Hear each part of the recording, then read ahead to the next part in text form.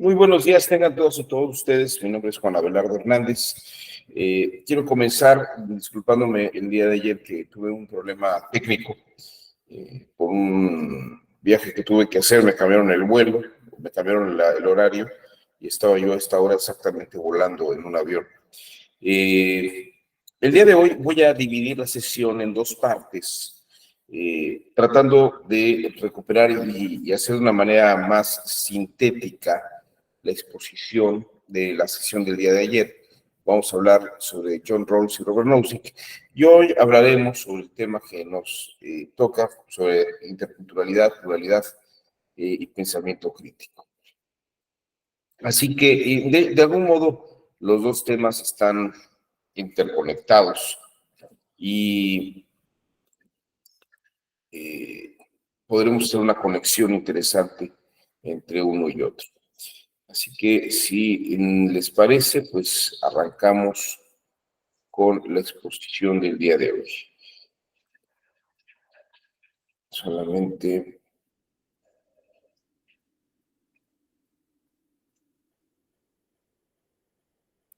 ya. Bueno, muy bien. Voy a comenzar hablando sobre la relación de John Rawls y Robert Nozick, quiénes son y qué importancia relevante tienen. Sin embargo, antes de comenzar, me gustaría saber si alguno de ustedes, alguien, ha escuchado hablar de alguno de esos autores, de John Rawls o de Robert Nozick, y qué idea tienen sobre cada uno de ellos. ¿Alguien ha oído hablar de John Rawls?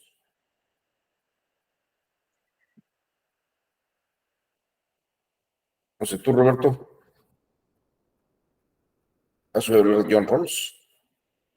No sé, que activar el micrófono.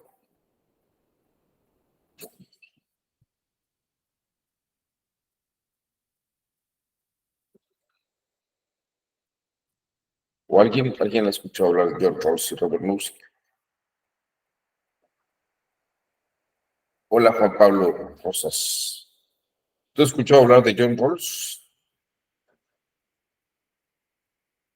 Dice Juan Pablo Rosas, no, la verdad, ok. Porque podría ser muy, muy curioso porque estamos hablando de estos dos señores el día de hoy. Alguien que sí haya escuchado hablar de Rawls. Hola, Roberto. Yo ya estoy hablando, pero ¿tú no me escuchas a mí? Pero sí te escuchas, Juan, sí te escuchas bien. ¿Usted Sí, me escucha a mí? Ahora ya te escuchamos, Roberto, sí. ¿Usted me escucha? Sí, sí. Yo no escucho nada. Yo la voy a tomar de mi celular. Me voy a salir y ahorita entro. A ver Muy si de bien. ahí sí puedo. Ok. Roberto Matamoros. Muy bien. Bueno, pues vamos a hablar de Uciel, tampoco he escuchado de él. Bueno, déjenme mencionarles, porque en México poco relevante podrían ser estos dos autores, pero en Estados Unidos sí han sido muy relevantes, y les voy a decir por qué. La idea de estos autores tiene que ver con el sentido de la democracia y la libertad de creencias y la pluralidad de creencias, y sobre lo que va a ser la idea de justicia. La idea de justicia tiene mucho que ver en el sentido de lo que podría parecernos a un grupo de personas que es justo o no es justo.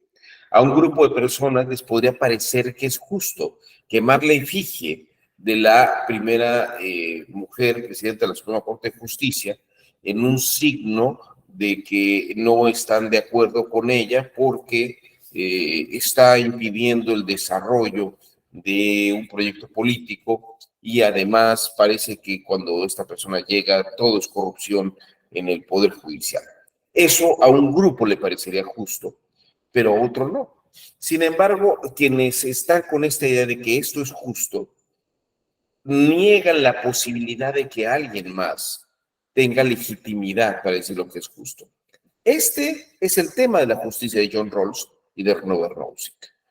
El tema de John Rawls es, puede haber una idea de justicia que no solamente sea en la línea de un grupo político, o siempre la idea de lo que es justo, de lo que va a ser adecuado, responde a una idea de lo que a un grupo político le parece que deba ser o no deba ser. ¿Ahora sí me escuchas, Roberto? Perfectamente. ¿Querías comentar tú algo sobre, preguntaba yo si conocen a Rawls o Robert Nozick?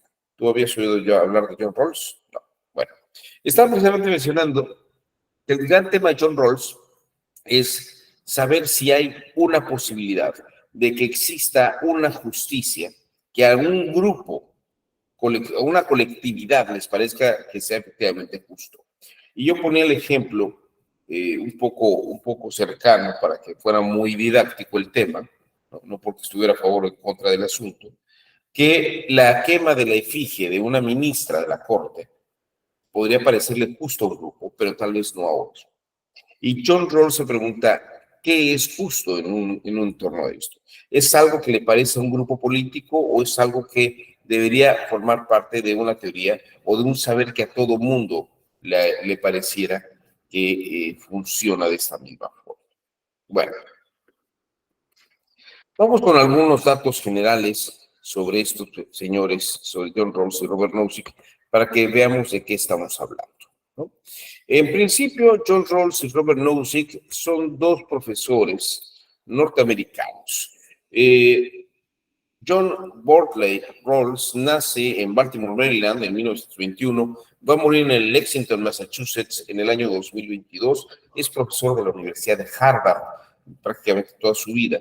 Escribe una serie de libros muy importantes, pero el que estamos mencionando el día de hoy es el de una teoría de la justicia. Ahorita vamos a explicar un poco ese tema de la teoría de la justicia. El otro autor también del que vamos a hablar hoy es Robert Nozick. Nació en Nueva York en 1938 y muere en Nueva York en 2022. Como verán, hay una diferencia de tal vez unos casi 17, 16 años entre un autor y otro, pero ambos mueren en 2002. Es docente de la Universidad de Harvard también, pero también da clases en Columbia, en Oxford y en Princeton. Autor de un libro muy importante que podría ser una respuesta a John Rawls, que se llama Anarquía, Estado y Utopía. Esto es un poco, esos son los años de las obras de los libros, y vamos a ver un poco de qué trata y de qué va el pensamiento de cada uno de los autores. En el caso de John Rawls, el presidente Bill Clinton le otorgó en 1999 la medalla de las humanidades, la medalla nacional de humanidades. Es la primera vez, Bill Clinton y la primera dama Hillary Clinton le dieron esta medalla a John Rawls, a un grupo de personajes, entre ellos estaba John Rawls. También fue reconocido con el premio Shock para Lógica y Filosofía y con la National Humanities Medal en manos del presidente Bill Clinton. El secretario del Trabajo de Bill Clinton se llama Robert Reich, todavía vive, pero ya no es secretario del Trabajo. Escribió este libro muy importante que se llama El trabajo de las naciones. Cómo es que se va a desarrollar el capitalismo del siglo XXI. Y van a ver ustedes que esto que tiene que ver con la idea de Bill Clinton, con Robert Reich, tiene mucho que ver también con la postura de John Rawls y Robert Nozick. Básicamente, déjenme ir acá. Bueno, tal vez un par de notas importantes. John Rawls toma una postura de liberalismo socialdemócrata frente a Robert Nozick, que es un libertario. ¿Cuál es la diferencia entre uno y otro? Para Robert Nozick, el libertario, el Estado no tendría que hacer nada, más que estar en las zonas estratégicas y aportar apoyo para una infraestructura y desarrollo de los particulares. Es decir, que el Estado no haga labores de guarderías, que las hagan los particulares, ¿no? Pero tu Estado ponme una infraestructura para que pueda haber agua, para que pueda haber servicios de caminos, calles, carreteras, para que pueda uno llegar a las guarderías, ¿no? Dame condiciones para que yo pueda hacer inversiones o puedan haber inversiones extranjeras o inversiones nacionales que no demeriten y yo pueda desarrollar una economía en la que yo pueda dar guarderías. Tu Estado, no te preocupes por dar servicios de salud. Yo voy a traer unos hospitales de Suecia o vamos a meter inversiones aquí.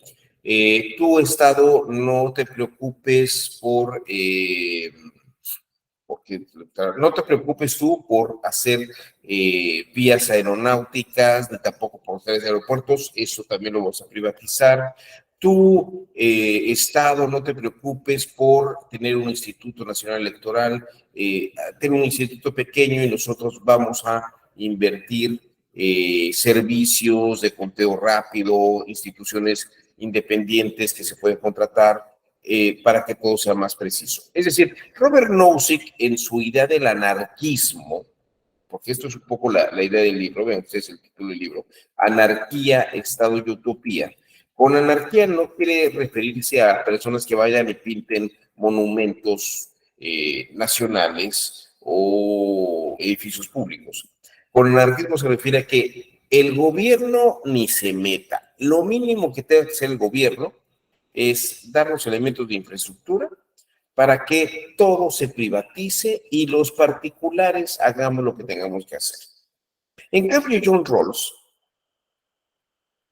dice que tengamos que ser los particulares como si yo fuera un empresario. Bueno, pero la idea es esa, que todo se privatice y que el Estado ponga lo mínimo, que nos deje hacer a nosotros y que ni se meta el Estado, ¿no?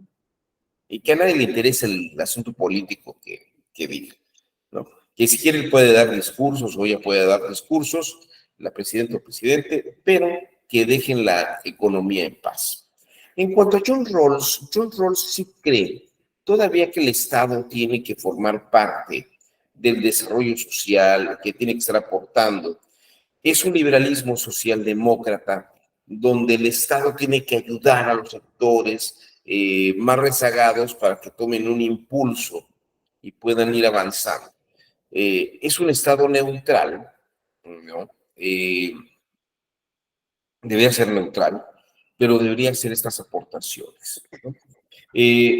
En el caso de Robert Nozick, sigue mucho la idea libertaria de los patriotas y padres fundadores de los Estados Unidos, en donde la bandera de Gadsden que utilizaban los patriotas norteamericanos en la guerra de independencia decía: no pase sobre mí, don't tread on me. Esa es la bandera, esta serpiente es la bandera que tenían los independentistas norteamericanos frente al gobierno de Inglaterra del rey Jorge VI. El gobierno no debe pisar a sus ciudadanos con impuestos y regulaciones excesivas. Y déjame a mí hacer mi trabajo para que pueda generar mi dinero, ¿no? El color amarillo es ícono libertario del patrón oro, entonces déjame a mí hacer. No me estés imponiendo cosas. No me des, pero no me quites. Esa es la idea del patriota y esa es la idea del anarquismo libertario. En cambio, John Rawls es discípulo de dos personajes muy importantes que son Herbert Lionel Adolphus Hart. En esta idea de un derecho y un positivismo norteamericano en una línea más clara. Y también John Rawls es discípulo de Friedrich von Hayek. Friedrich von Hayek es el padre del liberalismo económico del libre mercado contemporáneo, discípulo de Ludwig von Mises y de Hans Kelsen, por ejemplo. Friedrich von Hayek, aquí está en una foto recibiendo el Premio Nobel de Economía junto con sus padrinos de boda, que son Ludwig von Mises y Margarita von Mises. la esposa de Ludwig von Mises. Quienes no son Ludwig von Mises y Friedrich Hayek, Ludwig von Mises es un economista de la Escuela de Economía que habla sobre el libre mercado, y Friedrich von Hayek es el discípulo de Ludwig von Mises. Hans Kelsen formaba parte de este grupo, era muy amigo de Ludwig von Mises, daba clases en la misma escuela de negocios de Ludwig von Mises, y también los dos fueron mentores de Friedrich von Hayek. John Rawls viene en esta línea de educación y de formación. Antes de escribir una teoría de la justicia, John Rawls había publicado un libro que se llama El liberalismo político. El liberalismo político, obra paralela que coincide con la de su maestro Friedrich von Hayek, que se llama Derecho, Legislación y Libertad. En estas obras, ambos autores, el alumno y el discípulo, junto con su maestro, consideran que el Estado debe permitir el libre desarrollo económico de los individuos. Frente al liberalismo político, ¿no?, la pregunta que se hace uno es: la sociedad demócrata moderna vive en una pluralidad de doctrinas y creencias incompatibles entre sí, pero tienen que coexistir, ¿no?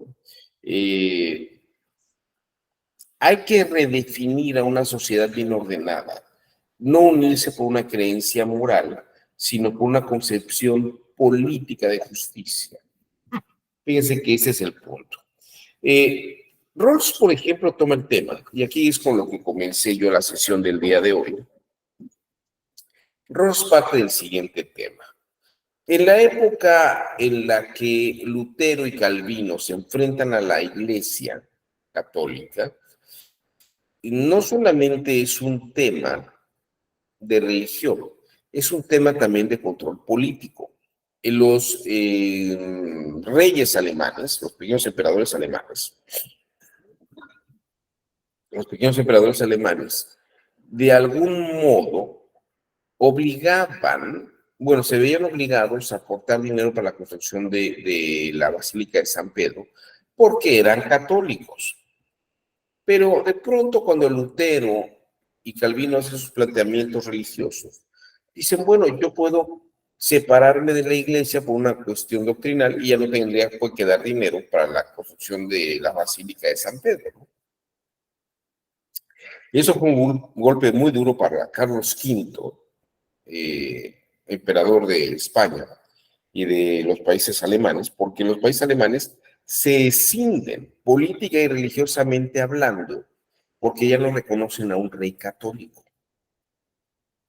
Entonces hay una pluralidad. Ahora, el hecho de que tú no seas católico, no seas luterano, te va a impedir desarrollarte en un estado. Bueno, para los alemanes, quien no era cristiano no tenía ciudadanía. Piensen ustedes, recuerden ustedes que España expulsó a judíos y musulmanes que no eran cristianos dentro del reino, de los reinos de la península hispánica. Entonces la pregunta que uno se hacía: ¿podemos coexistir en una misma zona teniendo creencias separadas? El liberalismo comprensivo, primero con H y H, debe tener la idea de que todos los que están en un lugar tienen que tener la misma creencia, mientras que el liberalismo político tiene la idea de que puede haber diversidad de creencias, ¿no? Puede haber diversidad de creencias. Ahora, aquí el punto medular es el siguiente. En esta obra que les decía yo de John Rawls y Friedrich von Hayek, dicen: el liberalismo político, no el liberalismo comprensivo, es un liberalismo en el que puede tener todo mundo diversidad de creencias, pero pueden coexistir con una idea de justicia. Pueden coexistir todos con una idea de justicia. Pueden tener diversidad de creencias. Pero fíjense, y por eso comencé la sesión con este ejemplo. En una sociedad democrática donde hay diversidad de desarrollo económico, la quema de la efigie de la ministra, presidenta de la Suprema Corte de Justicia de la Nación, a algunos les pareció un acto que había que realizar, pero había quien no. Hay quien considera que es una violencia de Estado, una violencia política de Estado, y además es una violencia política de género. De algún modo que comenzó con una crítica y una acusación directa desde la Presidencia de la República hacia la Suprema Corte de Justicia de la Nación. ¿No? Es un hecho que se dijeron ciertas cosas, pero el tema es, ¿puede haber una justicia con creencias polarizadas? Para John Rawls, sí, claro que la puede haber. En un liberalismo comprensivo, no. En un liberalismo comprensivo, todos tienen que creer lo mismo, o que es algo equivocado, o que es algo que es correcto. Pero hay que tomar partido en la polarización. En el liberalismo comprensivo. O todos somos católicos, o todos somos protestantes, o todos somos judíos. Eso es un liberalismo comprensivo. Para que todos podamos desarrollarnos económicamente, tenemos que tener la misma creencia.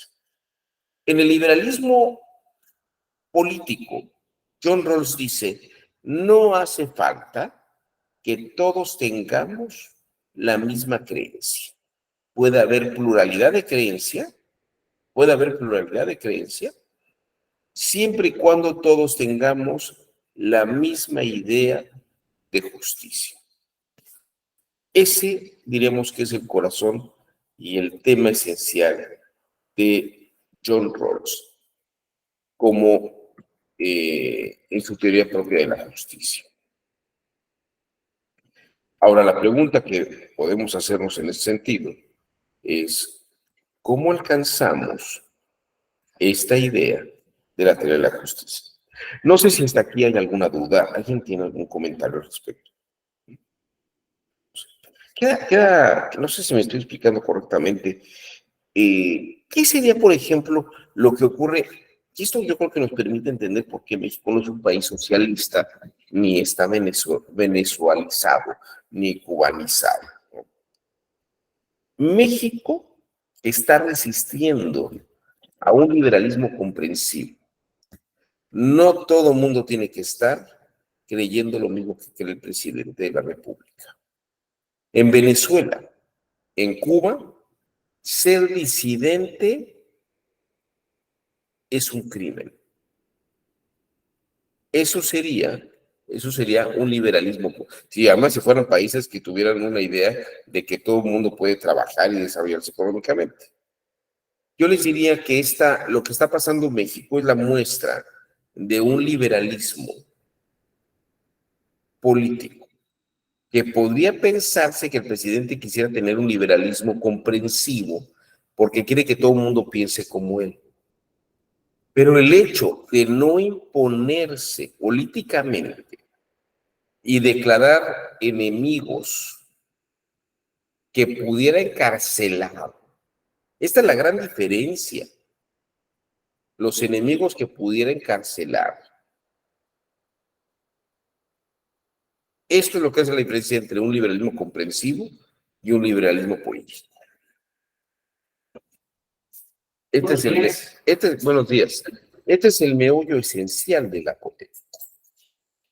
Este es el punto fundamental, ¿no?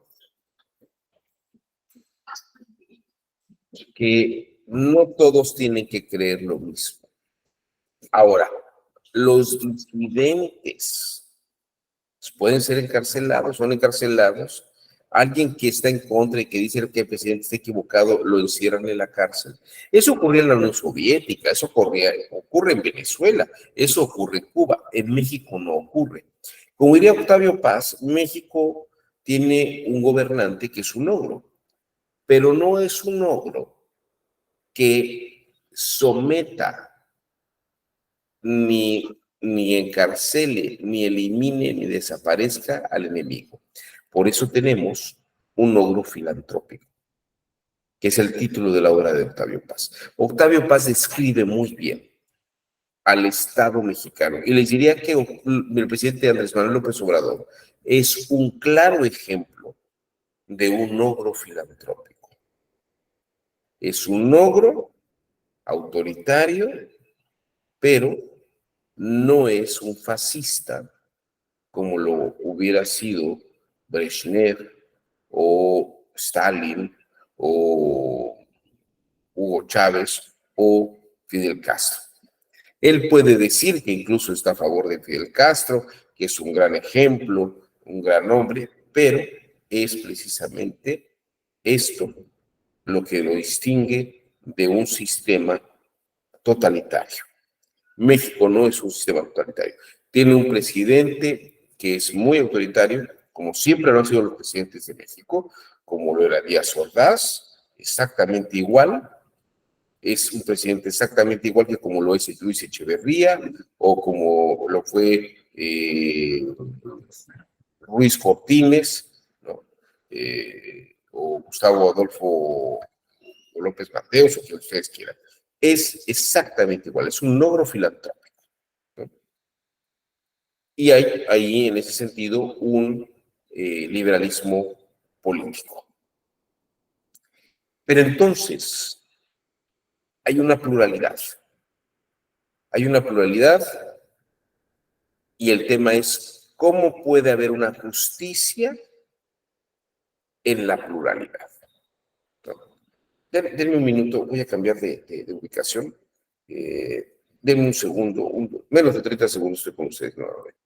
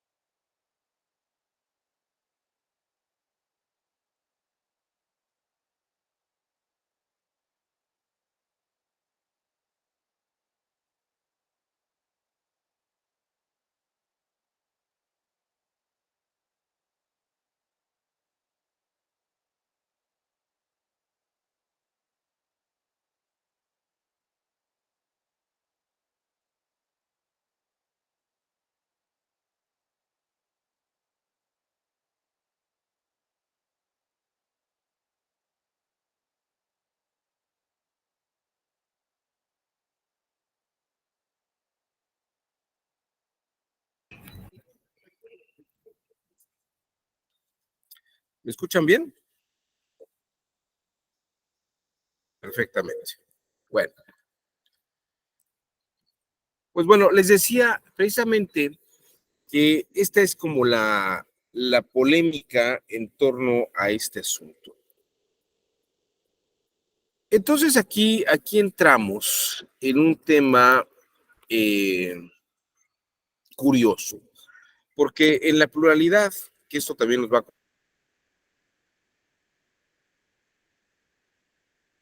conectar,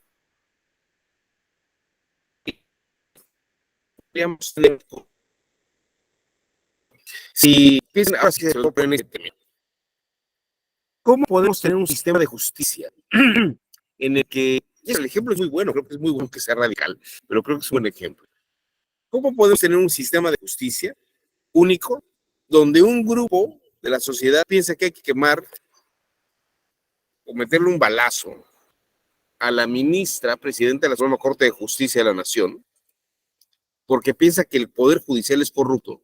Y por el otro lado, quien defienda la institución y defienda a la ministra, ¿no? Y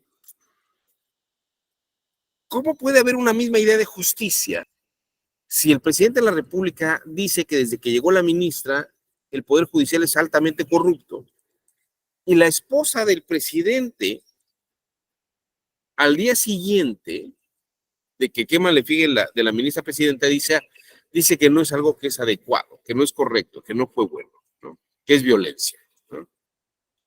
Igual que como le hacen a ellas, ¿no?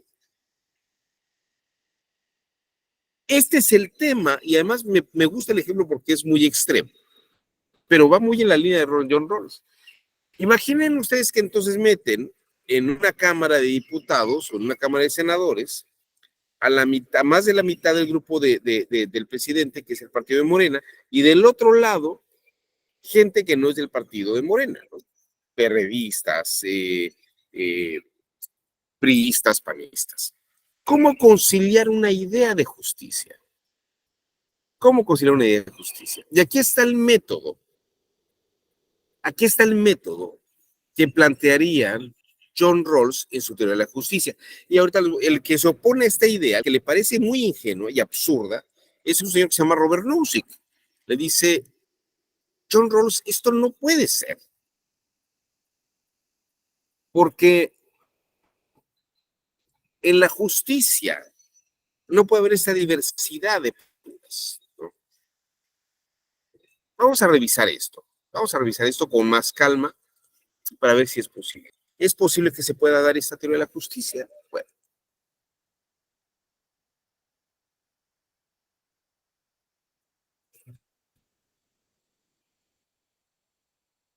Creo que perdí la señal un minuto. Bueno. ¿Qué es lo que propone John Rawls? A ver, aquí Alejandro Marcelo dice, el tema de la violencia contra la ministra presidenta, no hablar de la violencia que otro ministro afirma que sufrió. No sé qué otro ministro dijo que había sufrido. ¿Quién fue el que dijo que había sufrido violencia, Alejandro Marcelo? ¿Habrá sido Aguilar Morales? Creo que luego pues, buenos también... días. Buenos días, Alejandro. Buenos días, maestro y compañeros.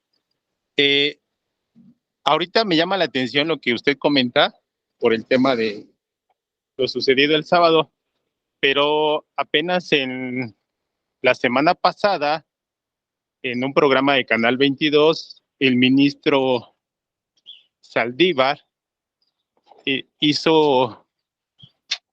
dio cuenta de la violencia que sufrió de parte de los gobiernos panistas, y para mí fue la primera vez que lo escuché, entonces me hizo muy grave, porque lo amenazaron a él, a su familia, policías. Entonces, ahorita les comparto el vínculo del programa que está en YouTube, para que yo creo que inclusive se me hace más grave que lo que sucedió el sábado con la caricatura, con la figura de la ministra presidenta. Yo estoy de acuerdo con lo que dices, Alejandro. Incluso, nada más antes de dar la voz a Sujei, quiero decirte que todavía más violencia fue la que hizo el presidente Zedillo cuando acabó con la corte, cuando eran 21 ministros. O sea, ahí no estuvo quemando efigie ni les dijo cosas. Acabó con la corte como la tenía. Todavía si alguien fue más violento con el Poder Judicial, fue el presidente Ernesto Zedillo. A ver, Sujei, te escuchamos. Hola, buenos días. Buenos días a todos y a todas. Ahorita que escucho al compañero Alejandro, ya hilando un poco las ideas de lo que estamos hablando en la sesión, pues empezamos a tomar esta idea de la justicia, ¿no? De lo que parece justo, de lo que no, de lo que nos puede parecer más grave o lo que nos puede parecer un poco más violento. Creo que no es bueno afirmar en este momento que es más grave lo que le ocurrió al ministro Saldívar, porque estamos de acuerdo que la ministra Norma Piña pues apenas está empezando su presidencia. No es que yo diga o minimice la violencia que pudo haber vivido el ministro, pero creo que no es algo exclusivo de esta persona. Me refiero en el sentido que, por ejemplo, hace unos días que Lorenzo Córdoba estuvo también en un debate en la UNAM, también hacía referencia a esto, ¿no? Y él decía que la presión política y que de repente estos chantajes y este tipo pues como que tratan de corromperlos o tratan de presionarlos para que para que hagan cosas a modo o a favor de, pues siempre ha existido y siempre ha estado. Sin embargo, lo de la ministra no es un tema de si es más grave o no, es un tema que pues está justo en donde están debatiéndose temas políticos y que hay que recordar que el tema de la política no necesariamente tiene que estar ligado 100% al tema judicial. Claro que tiene una relación muy cercana, pero justo es los contrapesos de los poderes, ¿no? Segundo, estamos hablando de, como lo mencionaba hace un momento, temas de violencia de género, que pues en nuestro país sabemos que es algo preocupante, no únicamente con la ministra, sino de manera general. Las mujeres pues sí estamos más expuestas a la violencia y no es que diga que si un hombre sufre violencia no es importante, claro que lo es, sin embargo, pues en este tema de la violencia de género, pues lo que ocurrió el día sábado, a algunos, como lo mencionaba, pues sí nos parece preocupante, no por el hecho de que, bueno, es que en este tema pues no sabría si confirmar o decir que fue un acto de violencia como en amenaza de lo que le puede pasar. Sin embargo, estas personas pues se valen de la libre expresión, lo cual también pues por ahí no siento que vaya la situación. Pero si ya estamos como que contraponiéndonos a este tema de las ideas y de que pues existe diversidad y que existe una diversa concepción de la justicia, pues bueno, a mí en lo particular no me parece justo lo que ocurrió el día sábado, considerando, como lo dije hace un momento, que pues la presidencia de la ministra Norma está comenzando. O sea, si está comenzando de esta forma, ¿cómo va a terminar, no? Y si pues el ministro Saldívar también pues pasó un proceso o unas etapas de violencia, pues pudiera ser porque también hizo bien su trabajo, ¿no? De repente a veces este tipo de presiones surge cuando pues están haciendo bien las cosas y a ciertos grupos políticos no les parece y empiezan como con este golpeteo, este tipo de presión que pues lamentablemente sí los puede llegar a llevar a un punto de, no sé, de estrés, ansiedad, nerviosismo, miedo. Sin embargo, pues para mí esta es la diferencia, ¿no? De que pues la ministra Norma está comenzando su presidencia y sí es preocupante que desde el inicio pues estén estas manifestaciones de violencia contra su persona. Gracias. No, gracias a ti, Sujei. Precisamente, no quiero minimizar ni decir que una cosa es más grave que otra. Lo que quiero solamente hacer patente es que esto siempre ha ocurrido. Quemas de efigie, recuerden ustedes que a Octavio Paz, ni sin ser ni siquiera miembro del sistema político mexicano ni un poder, quemaron su efigie públicamente en Reforma, enfrente de su casa, cerca de la Embajada de Estados Unidos, ¿no? Gritando, Reagan, rapaz, tu amigo es Octavio Paz. Cuando Octavio Paz, en la época de Reagan, del presidente Ronald Reagan, estaba afirmando que el plan de Contadora, de la isla de Contadora, tenía que ser un plan para acabar con el socialismo totalitarista de América Latina. Y lo quemaron esa efigie. Pero bueno, a lo que voy también es que en México el gobierno ha sido un logro filantrópico, tal como lo señala Octavio Paz, porque precisamente llega a esos extremos de violencia, pero ni encarcelaron al ministro Saldívar, o sea que tampoco chilla el ministro Saldívar, ¿no? Ni Aguilar Morales lo metieron a la cárcel, ni la gente se metió a su casa a sacarlo y arrastrarlo y quemarlo en vida, ¿no? Sí hay una violencia política en este país que se permite. Y esto también es un signo de alta democracia. Es un signo de alta democracia. El que se manifieste 100,000 personas delante del Palacio Nacional diciéndole al presidente cosas que no son debidas, y él también se está haciendo su ejercicio, acarreados o no acarreados, él también está haciendo un ejercicio en el que él está mostrando su legitimidad. Es parte del pluralismo democrático.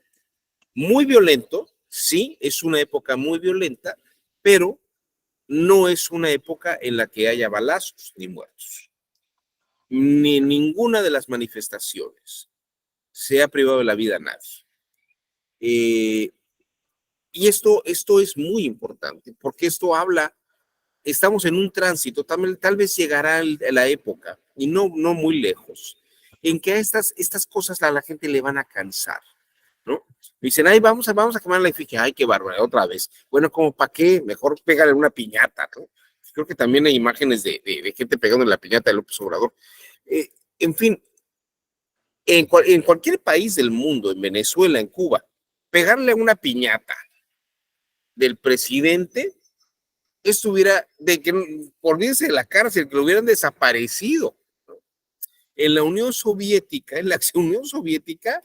o en la Alemania nazi, que alguien quemara la efigie de Adolfo Hitler. Si solamente se le ocurriera pegarle a la imagen de Adolfo Hitler, era como para que lo desapareciera la Gestapo, o la KGB desapareciera a alguien. Por hacer un comentario político, a Stravinsky, el autor del Pájaro de Fuego, la Filarmónica de Moscú dejó de tocar sus piezas musicales por más de 30 años. Estaba prohibido que la Filarmónica de Moscú tocara piezas de Stravinsky.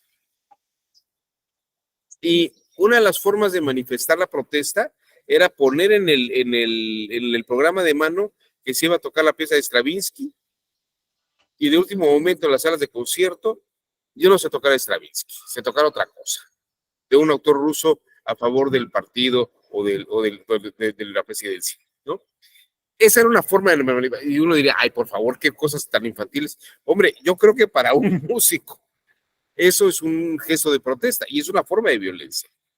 Pero regresando al punto, es en esta pluralidad en la que la violencia es oral, es manifiestamente hablada, ¿no? Y de algún modo está afectando. Y esto es una cosa interesante porque el Tribunal Electoral, la Sala Superior del Tribunal Electoral del Poder Judicial de la Federación, hace ver que estas cosas dañan la imagen democrática. Eso es cierto, o sea, dañan la imagen de las otras partes. También es cierto que esta violencia, siempre y cuando no sea de género, se soporta. Se soporta.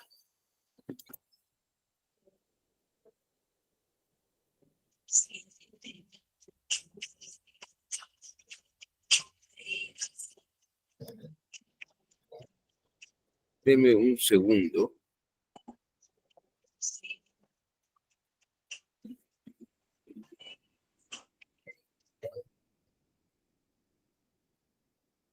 Bueno, me está diciendo mi aparato que tengo que conectarme en 11 minutos. Entonces, si quieren, en unos 5 o 10 minutos hacemos un pequeño receso, 5 minutos en lo que me conecto con el cargador. Ahorita busco dónde conectarme. Bueno, el punto al que va John Rawls con lo siguiente es, ¿cómo podríamos entonces pensar en una teoría de la justicia o una idea de justicia que efectivamente concilie con esta pluralidad de manifestaciones, incluso las más violentas? Y entonces aquí el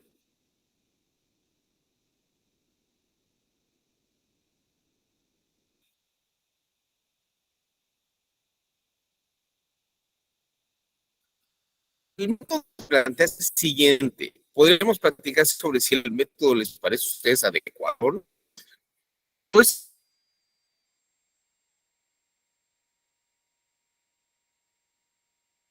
a miembros de estas PRI, los judíos, comunistas de Che Guevara, defensores del PADE PRO y cristeros, cristeros, esos que gritaban viva Cristo Rey, y pudiéramos también tener proabortistas, pro vida, gente del movimiento católico, de Viva la Familia, personas que están a favor de una vida de pluralidad, del poliamor. Pensemos en la mayor diversidad posible metidos en el Congreso o metidos en la Cámara de Diputados o de Senadores. ¿De acuerdo? Los encerramos, dice John Rawls, y les pedimos que establezcan los principios básicos de un sistema de justicia. Pero, y aquí viene el punto más interesante, vamos a agregarles un factor clave, que a todos de pronto les dé amnesia. Y no recuerden si son hombres o mujeres, el partido político del que tienen preferencia, sus intereses sobre si son proabortistas, si son pro vida, si son grupo LGBT, si son heterosexuales cis, si son personas intolerantes, que tuvieran una amnesia y a partir de ese momento tuvieran que encontrar los principios comunes de la justicia. Yo sé que suena muy ingenuo, pero es el método que sugiere John Rawls en una teoría de la justicia. Que se dé de pronto un velo de amnesia, dice él, para que se genere esta idea. Piénsenlo unos 5 minutos en lo que voy por mi cable de conectarme, porque se me está acabando la batería, y regresamos a platicar sobre este aspecto. Porque dice John Rawls, seguramente podremos llegar a la idea exactamente de cuáles son esos principios y que pueden regir en cualquier sociedad liberal política. No necesariamente que haya un liberalismo comprensivo, sino un liberalismo político plural. Es decir, parece que sí podemos llegar a un liberalismo donde pudiéramos tener los que le pegan a Saldívar, los que le pegan a la ministra, porque además entre ellos no se soportan, ¿no? Y tener también a los que pensarían que debemos tener un gobierno totalitario absolutamente. 5 minutos en lo que voy por el cable y ahorita regresamos.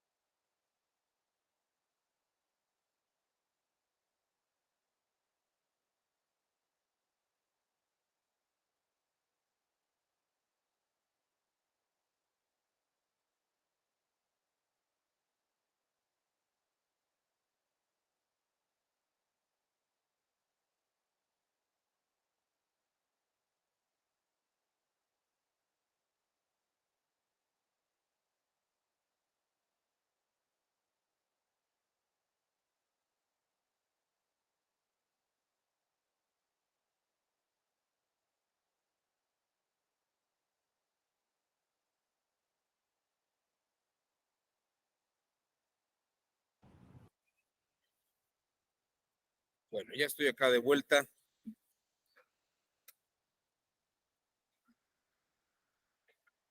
Sí.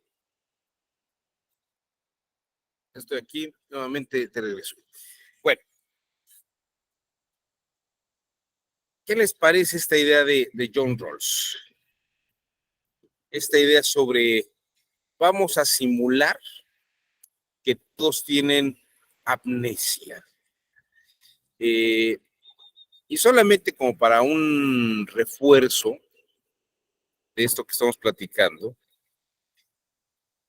les voy a compartir lo que hubo un programa en Inglaterra en los años 70, donde otro jurista muy importante que se llama Ronald Working, muy amigo de John Rawls y de Robert Nozick, explica esto mismo que acabo yo de explicarles. Es una plática que tiene con un filósofo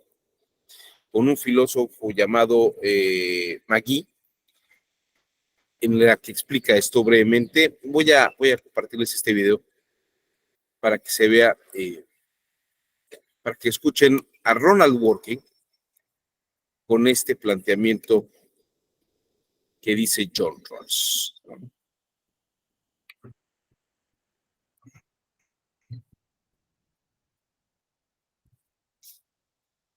It does seem to me that the great question, real question for liberalism, by liberalism, of course, I don't mean party politics. I'm not referring to the Liberal Party as a party in this country. I mean the philosophic doctrine, philosophic political theory called liberalism. The root question, it seems to me, is this. There are two possible questions. The question, what is just? What is justice? One theory says that the answer to what is justice, what arrangements of goods in society does, depends upon the answer to a further question, namely, what kinds of lives should men and women lead? What counts as excellence in a human being? One theory says, treat people as excellent people, according to some theories, would wish to be treated. The liberal rejects that notion of justice. He says that justice has a call upon institutions which is independent of any particular notion of what the good life is, but rather can appeal to people as a way of regulating society that can be agreed upon rationally by people who hold very different kinds of theories of is an attempt to show how far an appealing and altruistic and humane political theory can be generated consistent with the basic postulate of liberalism on this conception, namely that it's neutral amongst the various personal moralities that people hold. That's a very important point. Y estas son como las posturas que está señalando John Rawls. Ahora, Robert Nozick sobre John Rawls y Robert Nozick. Ahora ven ustedes qué es lo que dice sobre este velo de ignorancia y esta situación.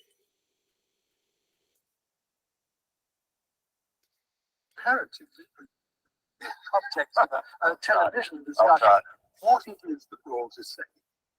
Yes, I think for that purpose it would be a good idea to take up two topics.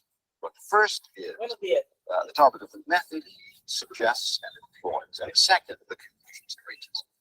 And I think it's useful to distinguish them because some people are impressed with one and not the other. The method is arresting, it's training. Rawls tells us that when we're concerned with questions of justice, what rules that could govern the basic structure of society would be just, that we ought to think about those in the following way. We ought to tell ourselves a fairy story for a start. We ought to imagine a Congress of men and women who don't belong to any particular society yet, who come together in a kind of constitutional convention. They're going to agree among themselves on a constitution, how their society is to be run. And they're like everybody else, these people. They have specific identities, specific weaknesses, specific strengths, interests. The only thing that makes them different is that they suffer from a total amnesia, the most crippling kind of amnesia. They don't know who they are. They don't know whether they're old or young, men or women, black or white, talented or stupid. In particular, this is very important, they don't know what their own individual moralities are. That is, they don't know. Each one has some conception of what he wants his life to be like, what his preferences are in sexual morality and so forth. No one knows what his views are on those questions. So it's as if, as Rawls is afraid, they were separated from their own personalities by a veil of ignorance. Now, these amnesiacs nevertheless must agree on a political constitution. Rawls says if we ask ourselves what people in this strange situation would agree upon by way of a constitution, that the answer to that question will be, for that reason, principles of justice. This is a somewhat far-fetched thing to ask people to assume. Well, it's of course far-fetched to ask them to assume that it ever has happened or could happen. Yeah. It's a dramatic way of asking people to imagine themselves making choices in their own self-interest, but without knowing things which one a certain conception of quality on political decisions. But for the moment, I think it's better not to leave behind the myth, because the myth has itself great power. Now the question is, what would people in this situation agree with? And that's the second question, namely the second topic, namely what conclusions does this method yield? These are two, and Rawls calls them the two principles of justice. They are principles, I should say, for a society with a certain measure of economic development, so that there's enough to feed it. Once you reach that point, says Rawls, people in the original position as it caused this strange situation would agree on the following two principles. First, everyone shall have, to the greatest degree possible, the basic liberties which Rawls enumerates. These basic liberties are the conventional political liberties, liberty to vote, liberty to speak on political matters, freedom of conscience. They also include freedom to hold personal property, to be protected in their person, not to be arrested suddenly without due cause, etc. The conventional, which we might call liberal liberties, are protected in this way. Secondly, second principle of justice, no inequality in society distributed, no difference in value, is to be tolerated unless that difference works for the benefit of the worst off group of the society. It's a very dramatic principle, the second principle. It means that if you could change society by making it overall poorer, so the middle class, for instance, was substantially worse off, you should do so if the result of that is to benefit the lowest off group in the society. So you have two principles. The first is the principle that says there are certain liberties that must be protected. The second is the rather more egalitarian principle that says, look to the situation of the worst off group. Every change in social structure should benefit that group. The two principles are related through what Rawls calls the principle of priority. He calls the lexicographic ordering, and says that the first principle dominates over the second. What that means is that even if it would benefit the worst off group in society to abridge political liberties, take away rights of free speech, even if that would benefit the worst off groups in society, you must not do it. Only when liberty has been protected to the full are you entitled to consider the economic questions raised by the second principle.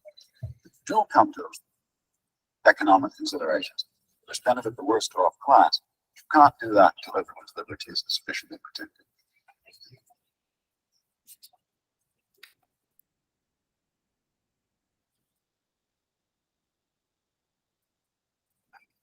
Aquí tienen ustedes la postura de John Rawls, explicada por Ronald Dworkin, mejor explicada de lo que yo podría hacerlo, pero precisamente estos son los puntos. Reunamos a toda esta gente que le da amnesia,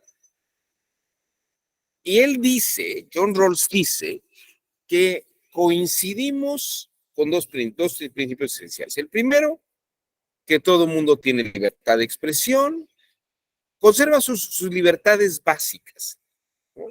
Todo lo que está en la Constitución como libertades básicas, libertad de asociación, libertad de expresión, libertad de prensa, ser libre, libertad de circulación, todos esos principios, derecho a la propiedad, todo esto lo conserva. Ese es un principio de justicia, el principio del liberalismo político. El segundo, que nadie puede ser privado de su riqueza, salvo en el caso de aportar de una manera necesaria bienes para los sectores menos favorecidos del país o de la sociedad.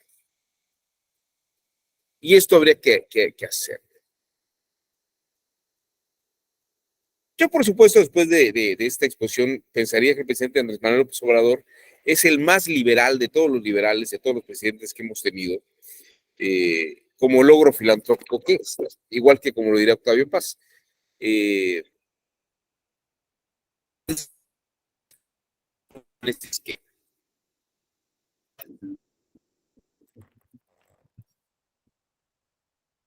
Tiene muy bien este esquema.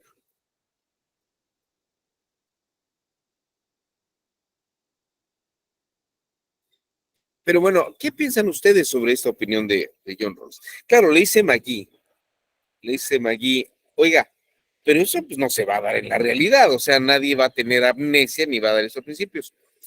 Y dice Ronald Working, no, tal vez no se vaya a dar eso nunca. Pero, y el método, aunque parece ingenuo, pues por lo menos propone la idea de en estas condiciones, ¿qué sería lo básico en lo que todo mundo coincidiría? Porque todo esto permanece, independientemente de las visiones ideológicas, doctrinales, religiosas y políticas que uno tenga.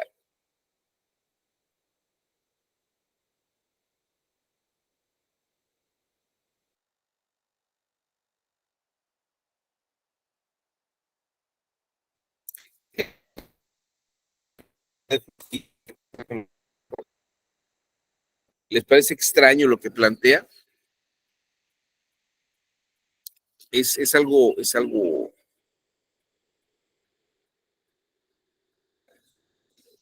aberrante. ¿O qué dirán ustedes que es imposible? No sé, ¿qué piensan ustedes?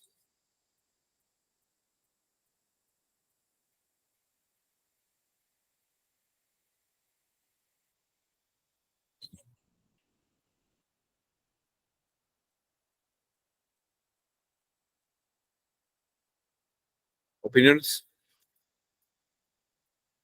¿Tú qué piensas, Sujei? ¿Crees que es posible esto? A lo mejor acabo de decir algo que es aberrante, ¿no? Que es el presidente más liberal que hay. Yo creo que en este esquema sí es muy liberal, pero ¿ustedes qué piensan? Perdón, maestro, lo que pasa es que, bueno, le acabo de escribir en el chat que por pequeños momentos no se escucha bien, o sea, como que se entrecorta lo que está diciendo y no, o sea, no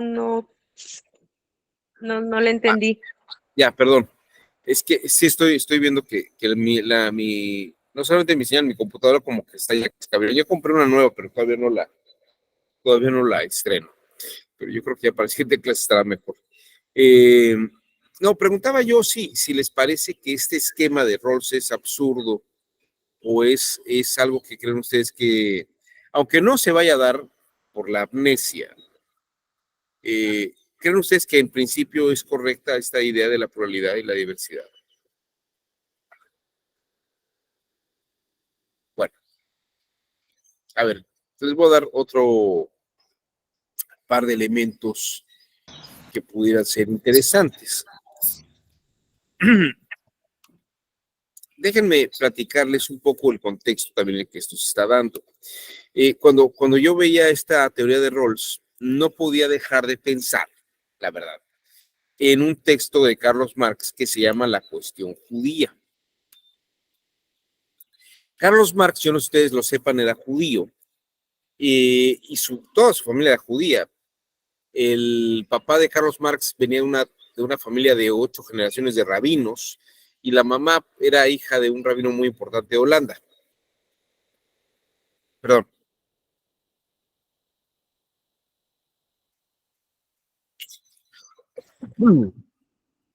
Y en la Renania, donde Carlos Marx vive, el emperador de pronto decide, o el rey decide, que solamente pueden ejercer el derecho aquellos que han sido bautizados en la religión cristiana, porque las leyes son de un rey cristiano para un reino cristiano. Entonces habría que darle a el pueblo abogadas y jueces, abogados y abogados, juezas y jueces cristianos. Por eso el papá de Carlos Marx, que era abogado, tuvo que bautizarse al cristianismo, al luteranismo en principio, y a partir de eso también bautiza a toda la familia. Y Carlos Marx escribe un texto en 1843 titulado La cuestión judía, donde dice, ¿qué posibilidades tiene un judío en la Renania, en la Alemania, del emperador católico o del emperador cristiano? Pues uno tendría que profesar la religión del Estado, que es la religión cristiana, o la religión católica o la religión luterana, para poder ser ciudadano del Estado.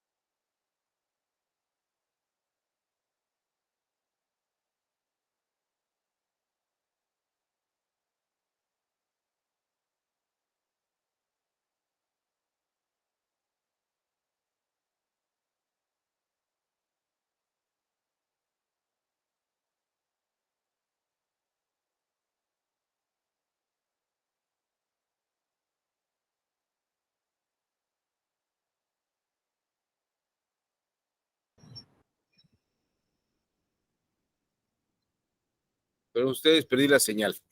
Un minuto. Donde uno, les decía que Carlos Marx dice, podría irme a los Estados Libres de Norteamérica, donde uno puede ser lo que sea y puede desarrollarse económicamente y trabajar libremente donde uno pueda. Esa es la idea del liberalismo político, que en Carlos Marx existe, ¿no? No lo llama liberalismo político, por supuesto, pero él está hablando en el libro de La cuestión judía, antes de escribir el manifiesto del Partido Comunista. Está a 20 años, menos de 20 años de escribir el manifiesto del Partido Comunista cuando escribe La cuestión judía.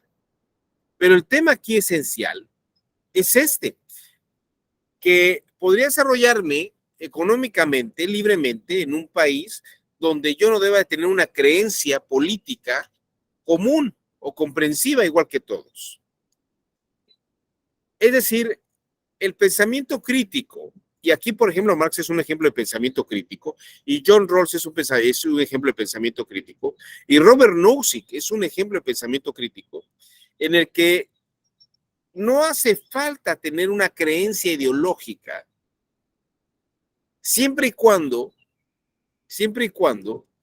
pueda yo desarrollarme económicamente con todos los demás.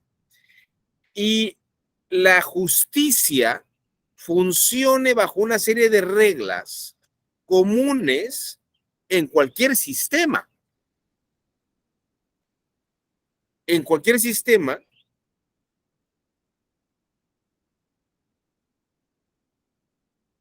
el tema esencial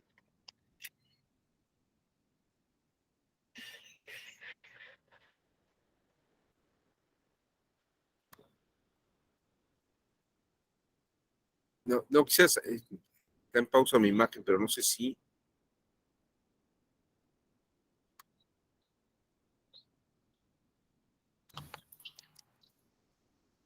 Sí se escucha, Salió doctor. del aire.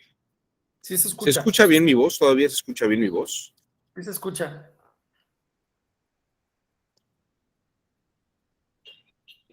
Creo que ya me he movido de lugar. ¿Me escuchan bien ustedes? ¿O se está cortando? Se escucha, en este momento sí se escucha. Perdón, ustedes.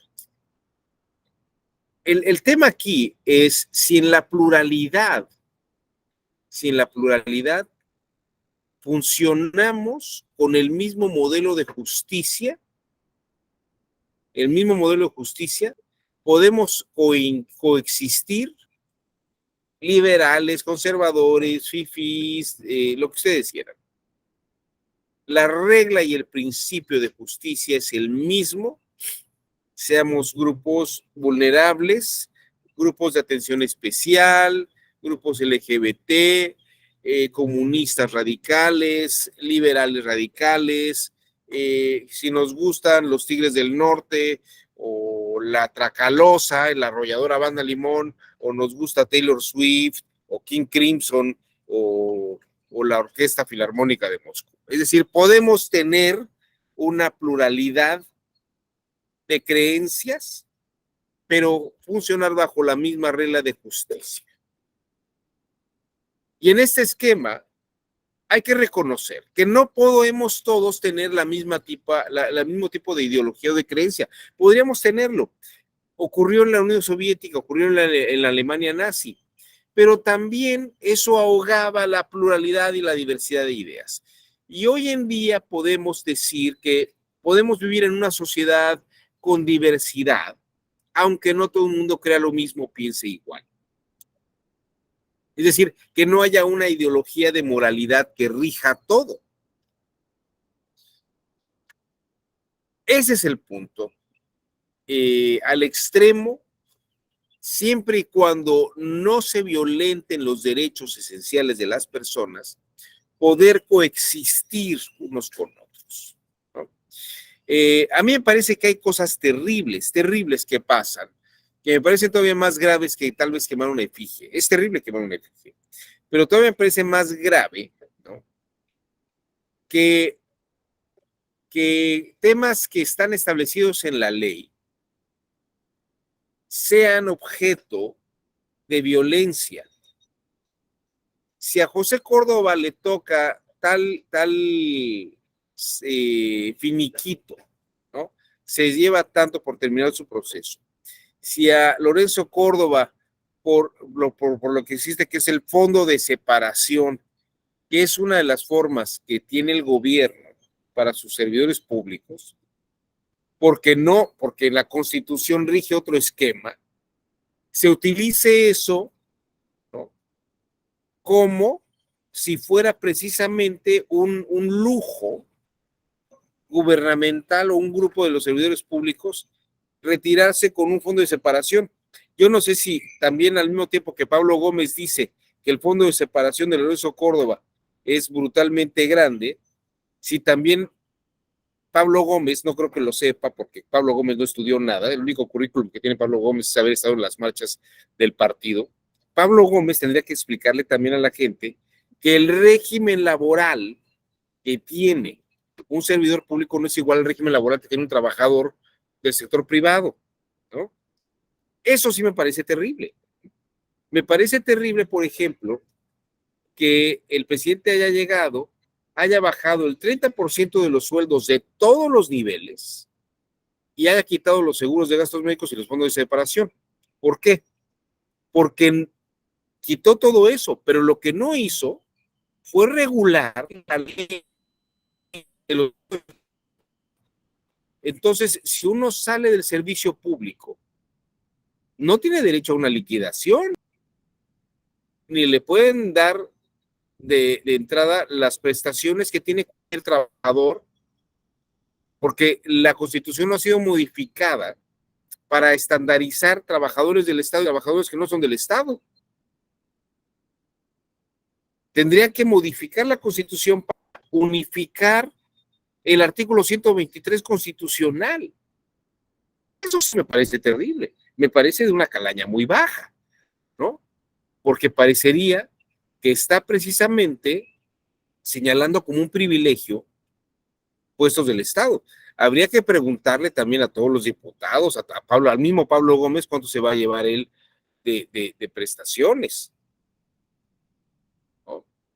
Estas bonificaciones que están recibiendo, ¿por qué no dice Pablo Gómez que le toca un sueldo base y que tiene compensaciones, que eso es un privilegio, ¿no?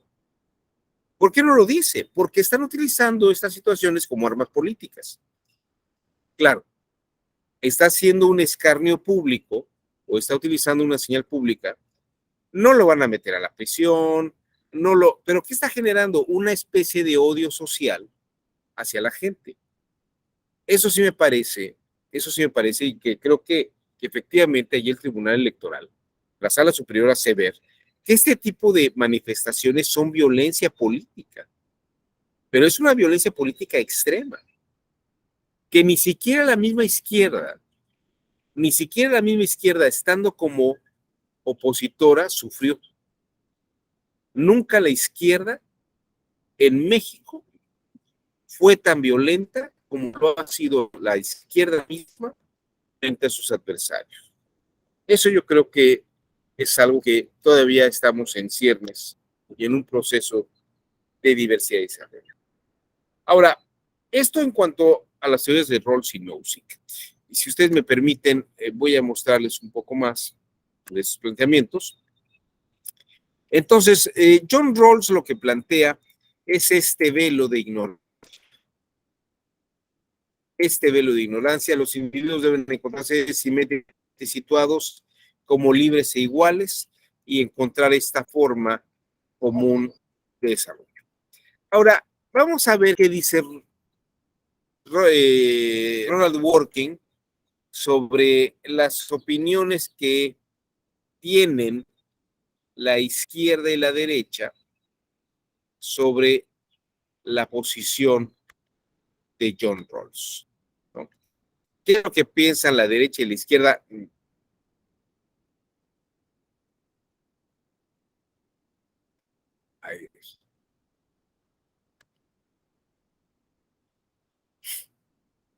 ¿Qué es lo que piensan la derecha y la izquierda sobre el planteamiento de John Rawls? Vamos a ver.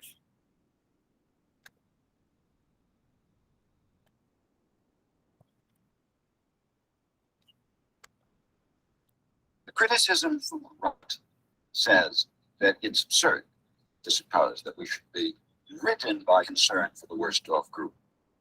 There are values more important, for example, cultural values, that it's important to perpetuate, even if maldistribution, inequitable distribution is the result. Criticism from the left is more complex. It fixes, first of all, on the first of the principles that I offer, and says, Rawls says that when liberty and further equality conflict, liberty is to be preferred. And there are positions on the left which contest this and say that it's a bourgeois, middle class, liberal view. The second criticism from the left fixes on the second principle. When I described it, I said the second principle said there should be no inequalities except as benefit the worst off group. A criticism, let us say, from the far left holds that inequalities are bad, even if they do benefit the worst off group, so that we should prefer a society of complete equality, even if everyone is worse off including those who would be worse off under a Rawlsian distribution. That strikes me as being a masochistic view, but it is held by some serious people. Oh, it is indeed who make the argument that envy or resentment is itself such a divisive thing that the self-respect, the damage to self-respect that comes from seeing others better off in a social structure is such a malign influence on personality that it's wrong to suppose, in effect, that they can be better off if they're materially better off, but other people are better off still. Yes, it's a view that's very strongly held. I would say of all the criticism of Rawls, one most fiercely contested is this seemingly cut off your nose to spite your face view. Bien. Esta es la opinión de la derecha y de la izquierda. Y como verán, pues hay críticas. Pero aquí el punto incluso va un poco más allá. Puede darse una justicia en la pluralidad ideológica, pero puede haber una justicia en la pluralidad económica. Es decir, los sectores,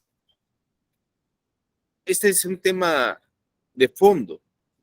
Podemos tener igualdad de derechos ante la ley, pero no tenemos la misma posición económica de igualdad unos que otros. Obviamente hay empresarios, hay corporaciones que tienen una cantidad de dinero muy por encima del que tiene cualquier trabajador promedio o un académico como su servidor. Y esto parecería que es una condición de desigualdad. Es decir, podríamos tener igualdad social ante la ley. Tenemos igualdad de derechos, pero la condición económica no es la misma. Y la crítica de la izquierda, y precisamente John Rawls lo que dice, aquí tendríamos que ver la forma en que los más ricos pudieran tal vez pagar más impuestos y que el Estado, y ese es el punto que plantea precisamente John Rawls, que el Estado de estas becas supuestamente, como se plantea, ¿no? Estas aportaciones a ninis, a madres solteras, a personas de la tercera edad, y que de algún modo solventen. ¿Y quién es el vehículo? El Estado. El Estado es el que serviría. Ahora, ¿cómo se utiliza? Lo estamos viviendo. Parecería que el Estado utiliza esto como un instrumento político precisamente para beneficiar políticamente al grupo de la presidencia o al grupo del poder, ¿no? Al que está llevando los programas. Y aquí podemos entrar en el asunto de Robert Nozick. Robert Nozick dice, bueno, que el Estado deje de estar haciendo esas aportaciones. Y en todo caso, que las estén haciendo los sectores privados. Que los sectores privados hagan instituciones de beneficencia, que den, por ejemplo, apoyos para niños con cáncer, que hagan apoyos, que pongan guarderías, todo esto que el Estado, que ponga hospitales públicos, ¿no? Que haya hospitales que estén sustentados y solventados privado, así como existen museos públicos, ¿no? Así como existe un hospital especializado. Me parece que hay varios hospitales de esta forma, por ejemplo, allá junto al estadio para gente quemada, ¿no? Que es un hospital de especialización para gente que ha sufrido quemaduras. Y no es un hospital privado, ¿no? Bueno, está sustentado por el hospital, por el sector privado, pero no es que sea privado. Robert Nozick va en esa línea. Dice que hay una democracia, pero también que esta democracia sea económica. Que reduzcamos el Estado al mínimo. Claro que esto a muchos gobiernos no les parecería buena idea, porque es una plataforma política interesante que yo mismo esté dando programas del gobierno con dinero del gobierno, ¿no? Ahora sí que estoy haciendo caravana con sombrero ajeno. Pero aquí hay un punto que me parece que es interesante. Y déjenme más mostrarles un par de láminas sobre esto mismo. Porque recuerden que John Rawls es discípulo de cuando le preguntan a Friedrich von Hayek en una entrevista, ¿qué piensa de lo que está diciendo John Rawls? ¿No? Friedrich von Hayek dice, yo creo que se está equivocando porque hay un problema aquí muy importante. Eso lo dice Friedrich von Hayek. Una economía, un sistema subordinado a una moralidad, como lo fue la Unión Soviética, como son las ideas de izquierda y del socialismo, ahoga el desarrollo económico. Lo único que la experiencia histórica nos ha mostrado es que una economía creciente se da en una pluralidad y una diversidad democrática. Hoy el día de hoy vivimos el mayor desarrollo económico que haya experimentado la humanidad. La riqueza del día de hoy, y ustedes dirían, bueno, pero es que hay sujetos como Carlos Slim, como Zuckerberg, como el dueño de Tesla, sí. Nunca en la historia de la humanidad, personas que no eran reyes ni gobernantes pueden tener acceso a unas riquezas brutales. Y también nunca en la historia de la humanidad los trabajadores podían tener acceso a primas vacacionales, a tener un auto propio, a tener una vivienda propia. Nunca en la historia de la humanidad habíamos tenido esto. Tenemos un alto desarrollo social y económico como nunca en la historia de la humanidad lo ha habido. Pero dice Hayek, solamente se pudo haber dado con esta posibilidad de liberalismo político. Y Friedrich von Hayek dice, si una ideología, cualquiera que fuera, trata de someter a la economía se ahoga, la economía se ahogaría. Entonces, ¿qué posibilidad hay? Y esto es lo que dice Hayek.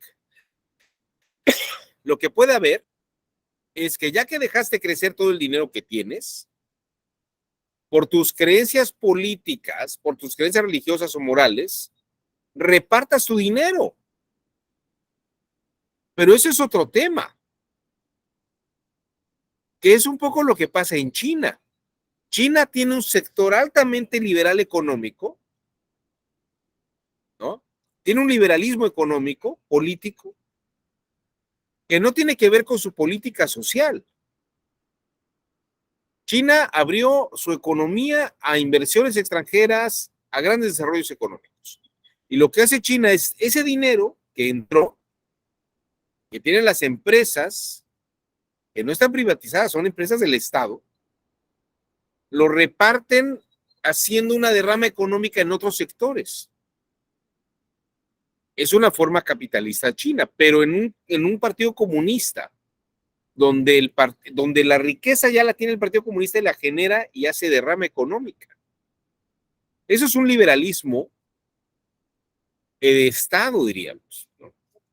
Claro que si hablamos de un liberalismo de Estado, ¿no? Los chinos dirían que eso no es viable.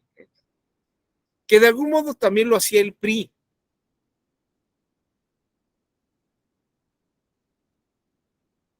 Por eso el PRI también permanece 70 años en el poder. Pero no podía permanecer ese sistema mientras no hubiera alternancia democrática. Y el tema es, ahora en esta diversidad política, ¿cómo generamos esas derramas económicas?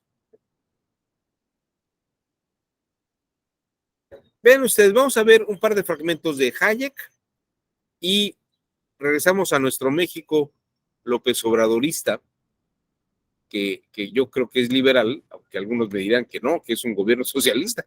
Yo la verdad no lo creo. Pero bueno, vamos a ver a Friedrich von Hayek hablando sobre Rawls precisamente tocando este tema.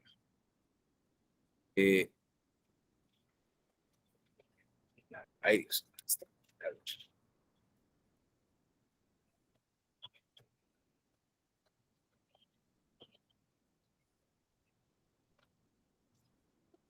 I believe the preface to the second volume of your Law, Legislation, and Liberty, you say, the Mirage of Social Justice, you say that in just one sentence, you say that you think that you're attempting to do the same thing, essentially, that John Rawls has tried to do in his theory of justice.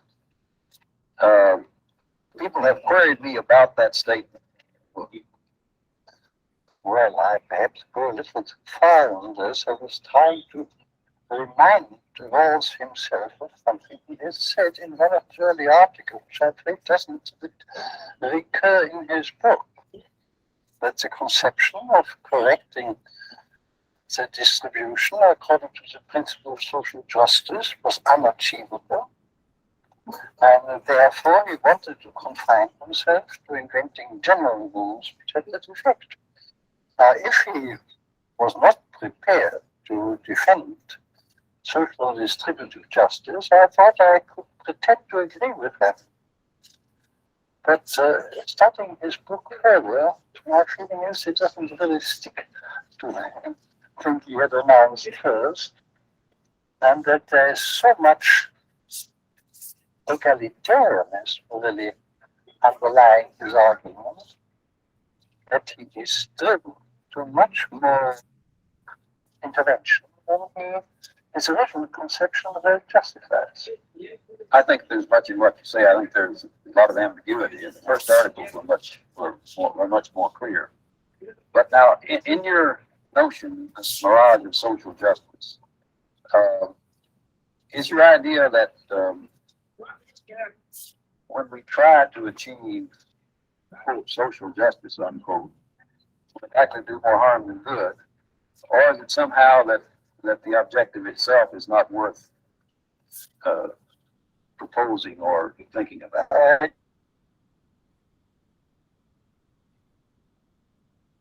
Particular situations in mind, and think that if they demand social justice, some would care for all people who are in need, or something of that kind. But to phrase social justice, there's no meaning because no two people can agree what it really means. And I believe, as I say in the preface, I've written quite a different chapter on this subject, trying that's impractical in one particular case after another. Till I discovered that the phrase had no content. People didn't really know what they meant by it. And the appeal to the word justice was just because it was a very effective and appealing word. But justice is essentially an attribute of individual human action. And a state of affairs as such cannot be just and unjust. So it's in the last resort a logical matter. It's not that I'm against it, I say it has no meaning. Bien, ahí tienen ustedes la postura de Hayek. La palabra justicia social es una palabra sin sentido, porque la economía no se puede dar en condiciones de igualdad, porque el libre mercado no es estándar. El libre mercado no funciona de la misma manera. Y esto incluso lo dicen personas como Hannah Arendt y lo dice él mismo. La economía de altruismo en la que todos deberían ganar lo mismo es un error. Pero ya no lo voy a plantear así, ya no les voy a poner este tema de lo que dice el día, por cuestiones de tiempo. Deng Xiaoping es este modelo que les platiqué hace un instante. Dice, hay que ser comunista, pero no un comunista pobre, sino un comunista rico. Y esto es lo que generó el desarrollo de la economía de China después de los años 70 de la China de Mao. Durante casi 14 años hicieron un plan nacional de desarrollo. 14 años se tardaron en hacer un plan nacional de desarrollo. Nosotros nos tardamos 6 meses y además sobre las rodillas. Pero estos señores se tardaron 14 años en hacer un plan nacional de desarrollo que permite que China tenga un 7% de crecimiento del Producto Interno Bruto. Escuchen ustedes qué es lo que dice el presidente aquí. Separa lo político de lo económico. Él no está de acuerdo con esta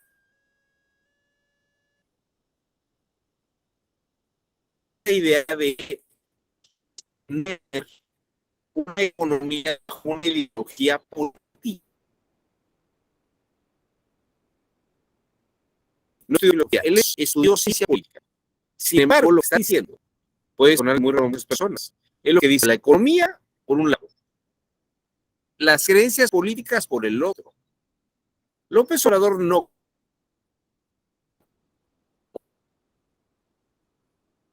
nada a un sistema ideológico político. Lo que se necesita ahora es separar al poder económico del poder político, para que el gobierno represente a todos, que no esté el gobierno convertido en un comité al servicio de una minoría, que represente a todos los mexicanos. Una lección de primer orden. Lo que se Y todavía reforzando esta idea, escuchen ustedes al mismo Carlos Monsiváis, señalando que en América Latina no hay posibilidad de la izquierda frente a un neoliberalismo económico. analiza todo el discurso de la izquierda latinoamericana frente a este avasallamiento neoliberal. Ha sido un fracaso la izquierda latinoamericana. Realmente se ha apegado a fórmulas nacionalistas hace 70, 80 años que nada explican, aunque viertan palabras únicamente. No se ha repuesto de saber que ya no tiene idea socialista a mano y cree que para siempre la tarea de la izquierda es gobernar desde la protesta mientras otros gobiernan desde el enriquecimiento de su clase. Y esto es muy nefasto. Si voy a la izquierda mexicana, se ha deshilachado por no entender un proceso de modernidad que incluía la aceptación de muchos de lo que consideraban prohibido, nefando o imperialista. No modificaron su idea del imperialismo y dejaron que los devastara el liberalismo. Bueno.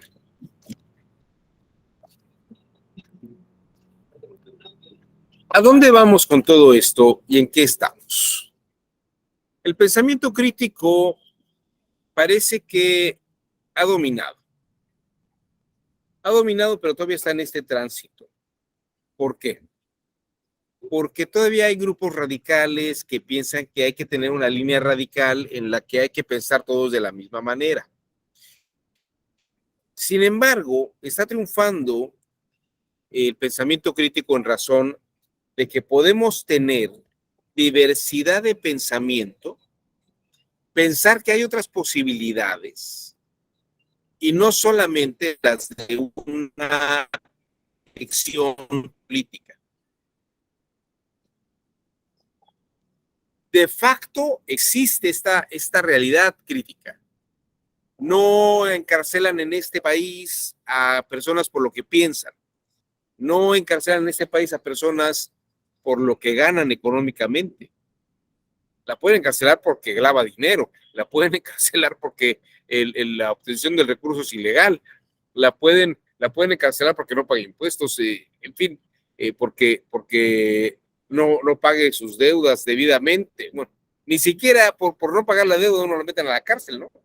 Si uno o ya no tiene dinero para pagar deuda de préstamo bancario, pues no, uno no lo meten a la cárcel, ¿no? Solamente que haga un fraude, eso sí, pero en este sentido, este es un país libre.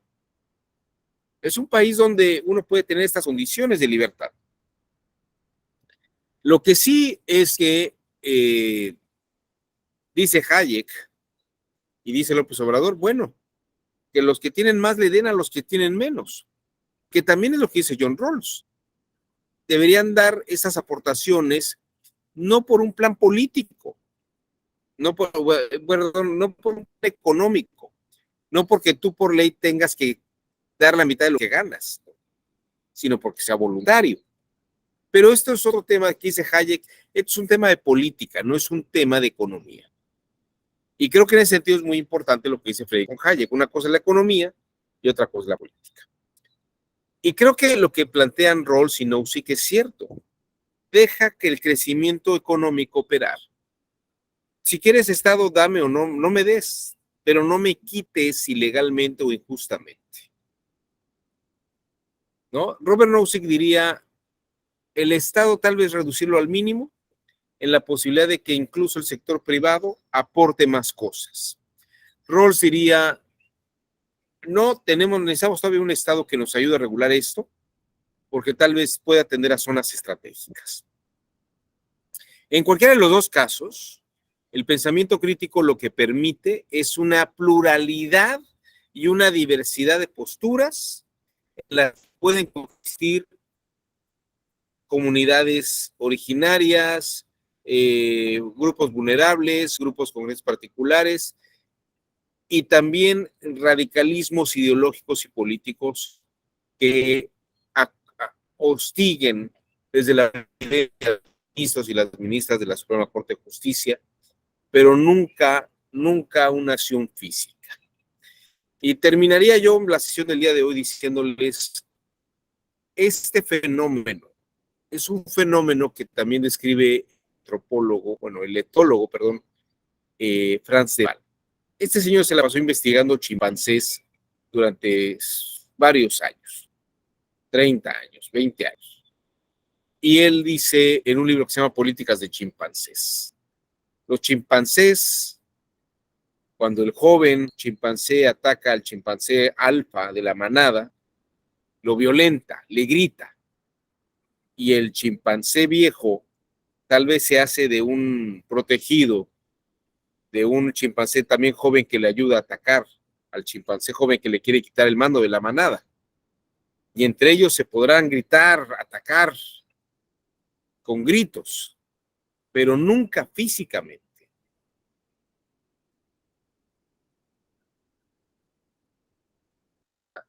Que toma partido por un chimpancé u otro, eso sí se violentan, eso sí se atacan entre sí, se muerden e incluso se llegan a matar entre sí mismos. Este fenómeno es un fenómeno del mamífero antropoide, dice Frans de Waal. Y es un fenómeno de la política de chimpancés. Nosotros en el fondo somos antropoides. Y es curioso que esta fenomenología política se parezca mucho a la que describe Frans de Waal. Frans de Waal finalmente dice que el que gana la elección de chimpancés no es el chimpancé que recoge toda la comida y se la queda a él y la da.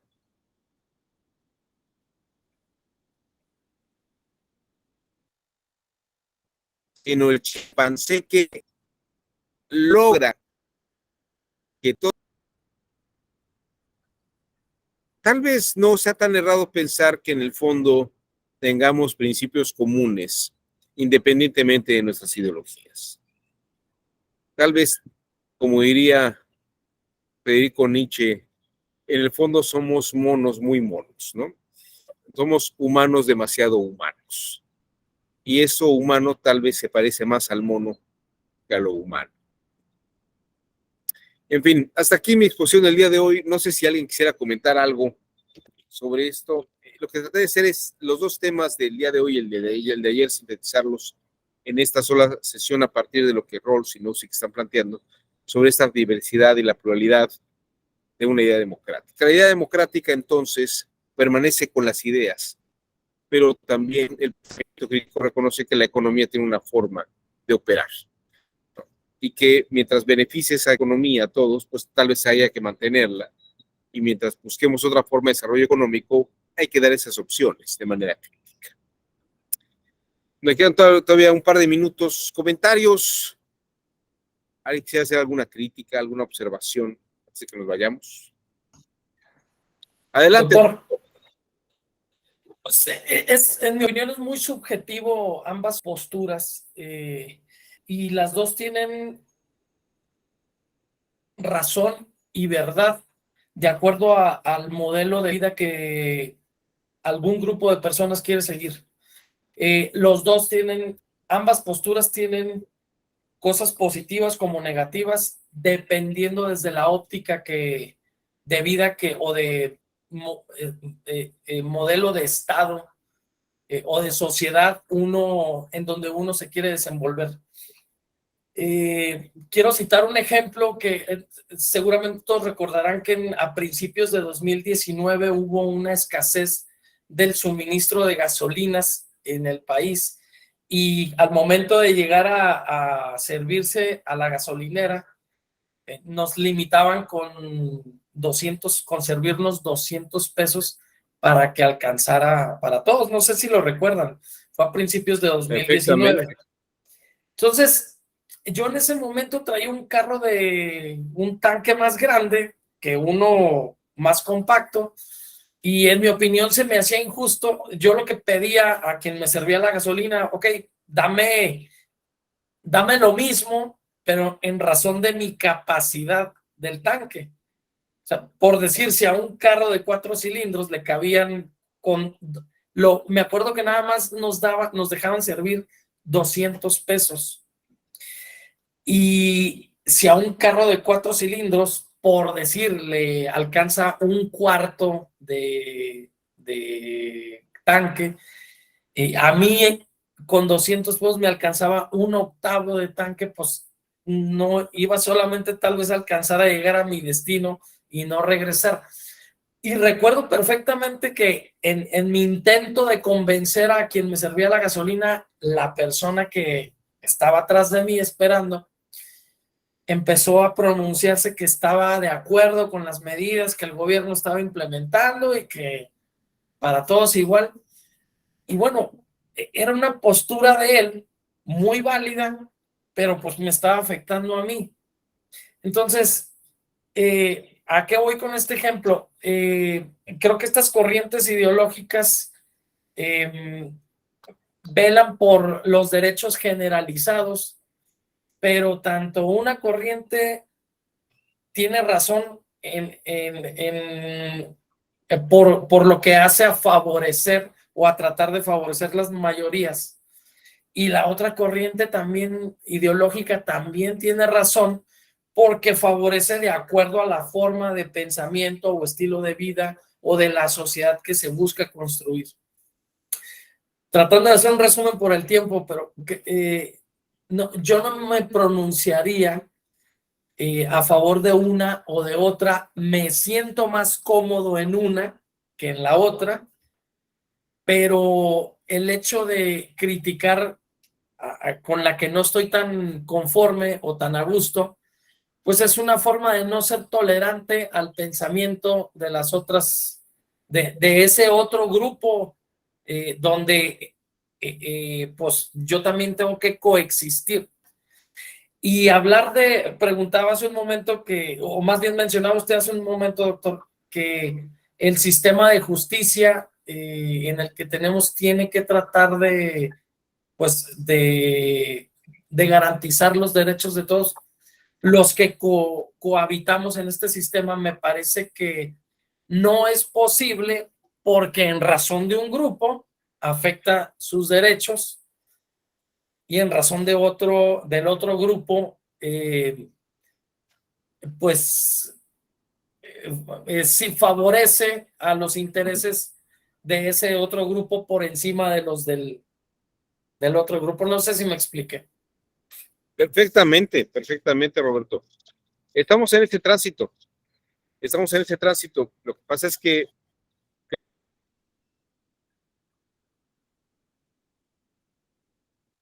todavía hay estos grupos radicales y hay una resaca histórica. Todavía a mí me sorprende, por ejemplo, esta forma en que se manifestó el representante de Morena en el INE a Lorenzo Córdoba, como diciéndole, ahora sí ha llegado el momento en el que ustedes pagar, ¿no? Me recordaba a esas guardias rojas chinas, maoístas, que acusaban a los que todavía habían estado a favor del imperio. Los que vieron esa película de El último emperador de Bertolucci seguramente recordarán esas escenas donde sacaban a la gente con cucuruchos y letreros y los llevaban a marchar para que la gente los viera y los escupiera, ¿no?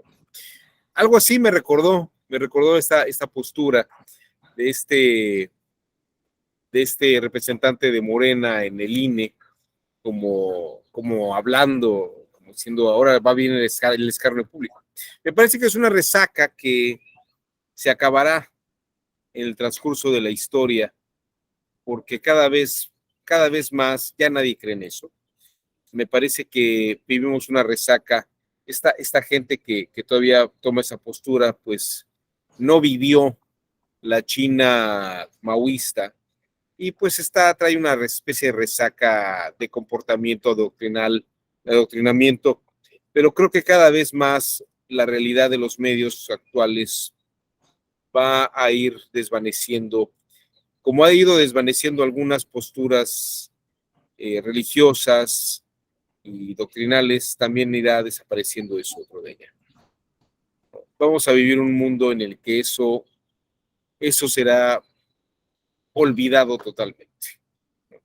Pero creo que es un tema generacional, Roberto, que tal vez ni tú ni yo veremos en un futuro, pero veremos cómo vive esa utopía la gente, tal vez metidos en TikToks, metidos en Facebook, metidos en Instagram, y ya no en las doctrinas ideológicas. Te agradezco mucho el comentario, me parece que es muy pertinente y con eso terminamos el día de hoy. Nos vemos en la siguiente ocasión. Gracias por su paciencia y su comprensión. Nos vemos pronto. Buen día.